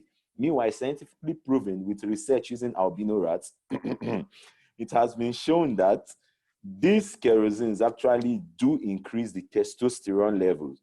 Now, imagine if they increase testosterone in rats, what would they now do in human beings? Yet, they now found out that rape, teenage pregnancies, and STI levels started increasing in Kenya when this kerosene practice started. So I'm sure we can see the scientific reports and the trend that has happened during this time. However, we should realize that we need to debunk this knowledge. We don't just ask these questions on such discussions and leave with this knowledge. We will be stingy if we don't. You know, it's a common practice in East Africa. So it's left to you and me to spread this knowledge, to even get to the point of the people who make the laws to abolish this. Because since it's common in schools, I believe it's not yet a crime in Kenya. They need to make it a crime. They need to sentence people to prison. People need to pay fine. This practice needs to end because it's doing the opposite of what they want them to do. And the health risk of this is hepatitis and chronic gastritis. So you are killing these children, you are increasing their sexual drives, and you are doing more harm than good. I think we should stop it. Thank you very much. Very much for that contribution. That's very insightful. Personally, I think, sorry, I will just add on what Daniel has said, that there is no scientific data to show it's actually lowering libido in humans, and maybe the effect is, as Daniel has said, but I would pose a question, could it be, they're not using kerosene, but they're using a substance that smells like heat? And in that case, then what is that substance that they use? Because from what we have seen is that kerosene has no proven, scientifically proven effect on lowering libido. Thank you so much for that. So that's a research question for the people who are in the room who feel like there's something that needs to be addressed. We have to first know which chemical is used. Then once we know the chemical that is being used, we have to look into the feasibility and its mechanism of action, if there is, in terms of lowering libido. If not, then we have to review the protocols and the structures that are in place to ensure these are still being used. So this is a question that was raised by Faith Ann. I don't know, can you go live on the same, Faith? Faith Ann? Yes. Githira. Yes, my name is Faith Ann, and I'm also a volunteer with RESPEKT together with Andrew. My question is that how do we bring the government to the attention of the discussions on SRHR? Since we look at the situation in Kenya, it's like the government is on the West. Like when the results of when there was this hype on teenage pregnancy, we all remember what the CS education said, that, oh, the numbers are cooked, oh, this is just they say that it is there are people who want schools to be opened, that they're just pushing for schools to be opened. And yeah, it was like he didn't believe in the results. Then the other day, now we see the president has made a directive to close down all clinics that are providing contraceptives to teenagers below the age of 18. And you wonder, we all know the importance of this, of making, Andrew has just been discussing that, the importance of making them available and the importance of having youth-friendly services for such people. But now the government seems like is not aware of, they want to combat this mountain, but they are not aware of how to go around it. How do we ensure that we're all talking on the same language? Because I feel also there are so many NGOs, there's so many groups that are out there to provide youth-friendly services, but because of these policies that have been said, because the people in the government are behind this, they're saying we're sexualizing the children in Kenya, so they are not able to speak up, they're not able to attend to the masses that are required. So we end up just like in Respect, we just touch a handful. In other organizations, we just touch a handful, but there's a whole mess that requires to be set aside. So how do we ensure the government we are all talking on the same language? Thank you so much for that, Faith. So maybe our panelists, you could contribute into that. Andrew, I think you have something to contribute. Thanks, Faith, for that observation. And I have a different view. If you look at the things that our government has been doing in terms and in area of SRHR, and this ranges from the simple ideas to even hosting the ICPD conference. I think early this year or last year, it should show you the position of the government. But what you need to understand is that when you're talking about sexual and reproductive health, especially here in Kenya, you need to be very careful. And this we saw with the reproductive health care bill that was before the floor of the Senate by Senator Kihika. It was a very good bill, but it was reduced to abortion bill. And when you read the clause on abortion, and I think we have had discussions around this, is that it wasn't undoing any gains that are already contained in the Constitution. And that should tell you that there is a group of people who are opposed to any idea or any solution that will be suggested around sexual reproductive health. In my view is that the government is aware, and in that case, it has also allowed a good number of NGOs to operate here in Kenya who are providing sexual and reproductive health services and information. They are aware, but because of, in my view, our religious view of issues and the morality thereof, in most cases, the pronouncement from the government is usually to the interest of those people. But in essence, we have seen government allowing so many activities around sexual reproductive health and rights to take place. And most of you will remember the clause, the article on abortion in the Constitution, how that conversation was before the 2010 Constitution was passed. And that should actually show you that the position of the government on SRHR is very, very positive, but because of the resistance, and this is just responding to what the society and our community believes in, they make pronouncements that are usually seen as undoing the steps that we've already done as a country. I am sure, and I think the government is aware of the situation on the ground, but I do not dispute any effort that any one of us, young people or NGOs, CSOs, is putting to bring into the limelight some of the issues around SRHR. And I think the government is supposed to act in a way that shows it respects the values of its own community, of its own citizens. And these citizens come from certain sets of cultural and religious background. In that sense, this conversation needs to take place in a position where the society, we are speaking directly to the society. And it's one the society has received and it's receptive to the solutions that we are presenting to them. It is at that point now the government will be seen to be acting in that direction. And this is in particular, for example, with the reproductive health bill. That is a member of government, one arm of government, Susan Kihika, presenting a very good bill before the floor of the Senate.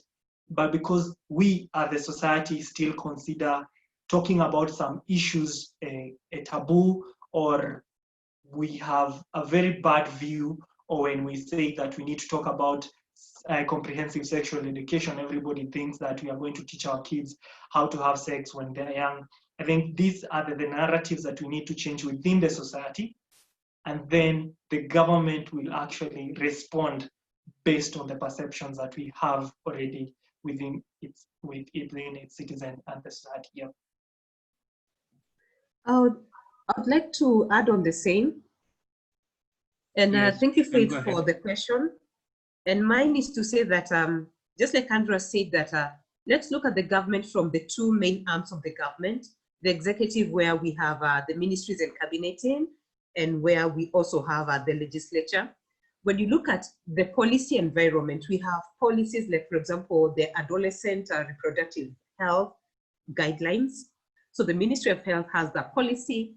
We have SRH services within the health system. So when you look at government in terms of service provision and guidelines, the ministry has done, especially the Ministry of Health. However, when we look at legislation, which now brings in the bills and the acts, that is where we say we have the delegated responsibilities as citizens. And that is where the discussion has always come to a standstill, because it is about what is the voice of the people. And so at the legislature, different people will bring in different arguments.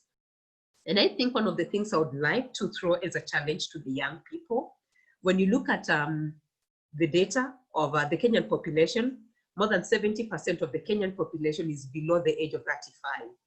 So which means if this population unites and does a petition to Parliament, that can be direct or through a member of Parliament, you can request and say that you'd like a response from, for example, Cabinet Secretary Health, or and ask, why are we not having 1, 2, 3? Or ask Parliament, why are we not having laws on 1, 2, 3? Because one, you are the people of the country. Number two, I think it's very important for us to look at it and ask ourselves then, because this is where the laws are developed, then how do we sit together and have this conversation? Actually, I believe it is important now for people to demand for meetings with religious leaders and to sit and candidly have these discussions.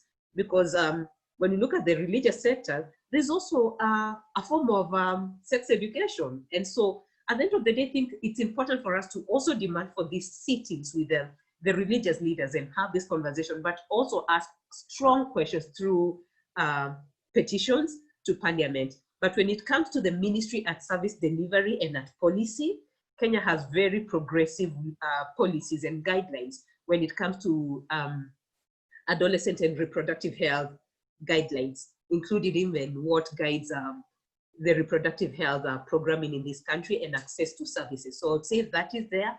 Unfortunately, when it comes to where the laws are made, that is where things are a little bit murky. But as young people, you have an opportunity, take it up and run with it, because at the end of the day, you will get to have people listen, because at the end of the day, you are the end users and you are the majority in this country.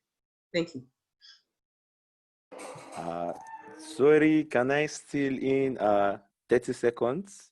Yeah. Yes, you can. Okay, I'm not in Kenya, but I would like us to understand that when Jesus was arrested, a lot of his disciples departed from him.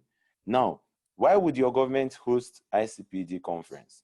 It's because professionals are coming, and these professionals have promised to resolve health issues in your country. Health issues like unwanted pregnancy, STDs, and the rest of it. So when people are coming and they make this promise that, if we hold this conference in your country gets a lot of disadvantage, and your country is going to be blessed with knowledge and it's going to be free for your doctors and things like that, then I would allow you hold the conference in my country.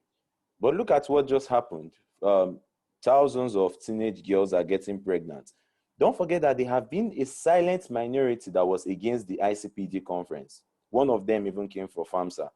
All of a sudden, this silent minority will now become very loud. We told you you were encouraging contraceptives. We told you you were encouraging abortion. We told you you were encouraging young sex. You didn't listen to us. Now see, in the name of freedom of contraceptives, our children are getting pregnant. So in as much as we see the action of the government as being wrong, now think of it in this perspective. The promise that ICPDs brought has failed because now teenage girls have gotten pregnant. And that is how a non-medically inclined person will think. That is how I would think if I were the government, because I have advisors and my advisors have advisors. And don't forget that in Africa, the government is one man. Forget the levels. In Africa, the government is one man. Your ability to convince that one man will help you win, or the man that is close to the one man. Now, how do we do this? Social media links. You'll be shocked how influential they can be. You see, you make some funny post about a musician's song, or you do a rap and you tag a musician. Before you know it, he's messaging you and inviting you. Tag government offices that are influential. Tag the president, hashtag Uhuru Kenyatta, this. When you write SRHR posts, try and tag your Ministry of Health and your government. When you are speaking on social media interviews, try and mention the government. If I were passing my television and I heard someone saying, Otobo Daniel, I will come back and increase the television to hear what they are saying. Try and get the attention of the government and those who make the laws. Because in as much as 75% or 70% of Kenyans are youths, below 35 per se, you should understand that a lot of these people are either uneducated or already on the wrong side of influence. So those who are available to make the appropriate decisions to help influence policy are actually very limited. So we should understand that the government just had to fall back on the anti-SRHR people because of these teenage pregnancies. And why did he move against contraceptives? Because SRHR likes preaching about contraceptives. And now we can now say, oh, you were preaching about contraceptives. You allowed them have sex and the contraceptives have failed them. That is why he's attacking people with contraceptives. And if you check on a low, they might have told, since they are attacking private clinics, they might now have told public clinics, limit your sales of contraceptives to only those who are in the age group of sex. But they won't announce that on TV. But let's watch from here henceforth what happens when children go to collect contraceptives. We'll understand that the government has been wrongly advised and is left to us to draw his attention to the damage that can come from this. Thank you very much. Thank you so much, David. So now I'll hand over back to Tony to conclude the session. Thank you so much. Okay. Thank you so much, David, for that, taking us through the Q&A session. So, guys, we will have to end the conversation today. We can even have the whole week, but never conclude on this particular topic. So, we will be having such chat series after every month. So, our next one will be to the end of August. Yeah, so in advance, Happy New Month. And as a vote of thanks, I would like to thank everyone for attending the session today. We really appreciate it. It would not have happened if you had not stand up for this session today. So we really, truly appreciate about you coming up today.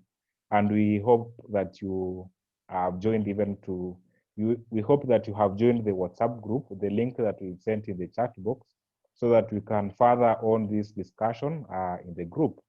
So I will ask David maybe to resend that link. If maybe you haven't, please do not miss out on it. To our speakers, Mr. Andrew, Mr. Otobo, and Ms. Faith, it is a great honor to have you as our speakers today, and we look forward to engaging with you in the future for such fora. And yeah, we will also share the recording through the emails that we used to register with the with now this chat, so you can use it for future references and also revisit whenever you want to hear whatever our outstanding panelists have said. So with that, I would like to end the session now. Thank you very much. In Otobo, we say asante sana. So thank you, everyone. I'll leave you. Bye. Bye. Yeah, we can now leave at our own pleasure. Thank you so much. Thank you so much, Tony, and thank you everyone for being part of this discussion. We really appreciate it. Thank you all.